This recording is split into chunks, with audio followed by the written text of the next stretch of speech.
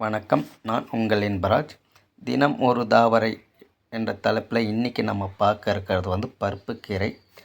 பருப்புக்கீரை ஒரு பசலைக்கீரை வகையை சார்ந்தது. ஒரு சிலர் இதை பருப்புக்கீரைன்னுவாங்க, பசலைக்கீரைன்னு சொல்லுவாங்க. ஆனால் அது பசலைக்கீரை இல்லை, பருப்புக்கீரை.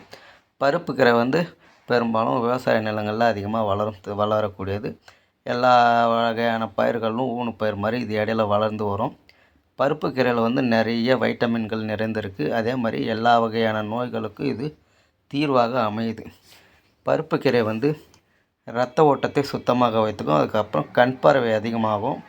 அப்புறம் குடல் புழுக்கள் சாகும் இந்த பருப்புக்கீரை உணவாக எடுத்துக்கிறதால. அப்புறம் இந்த மலச்சிக்கல்களை தீர்க்கும். நிறைய மருத்துவ குணங்கள் நிறைந்தது இந்த பருப்புக்கீரை. இந்த பருப்புக்கீரை கொஞ்சம் திக்னஸாகவும் இருக்கும். நல்லா மற்ற இலைகளை விட கொஞ்சம் திக்னஸாக இருக்கும் இந்த பருப்புக்கீரை. தண்டும் அந்த மாதிரி தான்.